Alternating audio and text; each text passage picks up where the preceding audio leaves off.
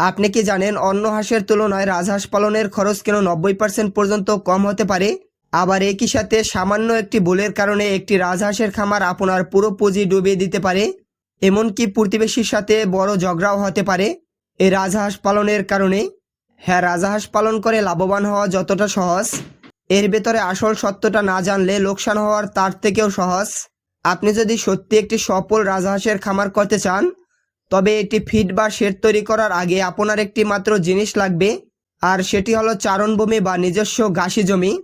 আজ আমরা জানাবো কেন একটি রাজহাঁসের খামার করা পুরোপুরি অসম্ভব এবং কোন একটি ভুলের কারণে খামার শুরুতেই বন্ধ হয়ে যেতে পারে। খামারের দিক থেকে রাজহাঁস কিন্তু সাধারণ হাঁসের মতো নয়, এরা মূলত তৃণভোজী পাখি, অর্থাৎ এদের প্রধান খাবার হলো কাঁচা সবুজ ঘাস এবং লতাগুল্ম। একটি পূর্ণবয়স্ক রাজহাঁস প্রায় সারাদিনে খাদ্যের চাহিদার প্রায় 70 থেকে 80% সরাসরি ঘাস থেকে পূরণ করে থাকে।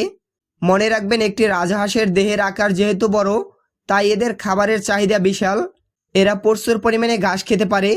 এখন আপনি যদি মনে করেন বাজার থেকে কেনা কৃত্রিম ফিড বা দানাদার খাবার কিনে এদের খাওয়াবেন, তবে আপনার উৎপাদন খরচ আকাশ ছোঁয়া হয়ে যাবে। দিন শেষে খামার থেকে 1 টাকাও লাভবান হতে পারবেন না।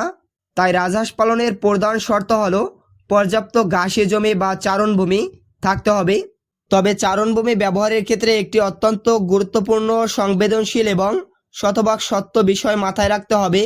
রাজহাঁসের স্বভাব হলো এরা যেখানেই সবুজ ঘাস বা ফসল দেখে সেখানেই মুখ দেয় এবং খুব দ্রুত তা খেয়ে শেষ করে ফেলে।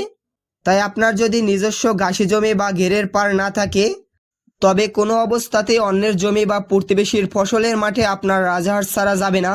অনেক সময় খামারিরা ভাবেন আশেপাশে খালি জমিতে ছেড়ে দিলেই তো হয়, কিন্তু অন্যের জমিতে রাজহাঁস ছেড়ে দিলে তারা প্রতিবেশীর কচি ফসল, শাকসবজি, ধানের ক্ষেত নষ্ট করে ফেলতে পারে।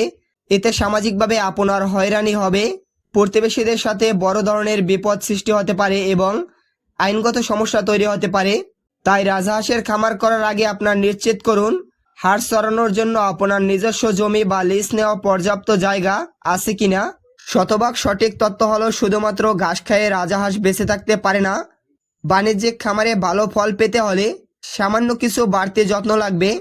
বিশেষ করে হাঁসের দ্রুত বৃদ্ধি এবং ডিমের উৎপাদন বাড়াতে ঘাসের পাশাপাশি প্রতিদিন সামান্য পরিমাণে সুষম খাবার বা দানাদার খাবার, যেমন গম, ভুট্টা ভাঙা এবং লেয়ার ফিড দিতে হবে।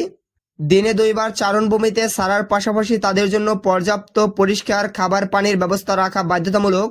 প্রাকৃতিকভাবে ঘাস খাওয়া রাজহাঁসের রোগবালাই যেমন কম হয়, তেমনি এদের মাংসের স্বাদ এবং পুষ্টিগত গুণ অসাধারণ থাকে।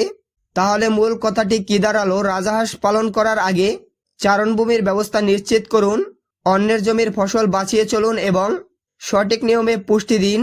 তবেই আপনি এই খামার থেকে নিশ্চিত লাভবান হতে পারবেন। রাজহাঁস পালন এবং এদের খাবারের সঠিক ব্যবস্থাপনা নিয়ে আপনাদের কোনো প্রশ্ন থাকলে সরাসরি কমেন্টের মাধ্যমে জানান। ভিডিওটিতে লাইক করুন এবং চ্যানেলে নতুন দর্শক হয়ে থাকলে চ্যানেলটি সাবস্ক্রাইব করুন। সবাই ভালো থাকুন, সুস্থ থাকুন। দেখা হচ্ছে পরবর্তী অন্য কোনো ভিডিওতে। ধন্যবাদ।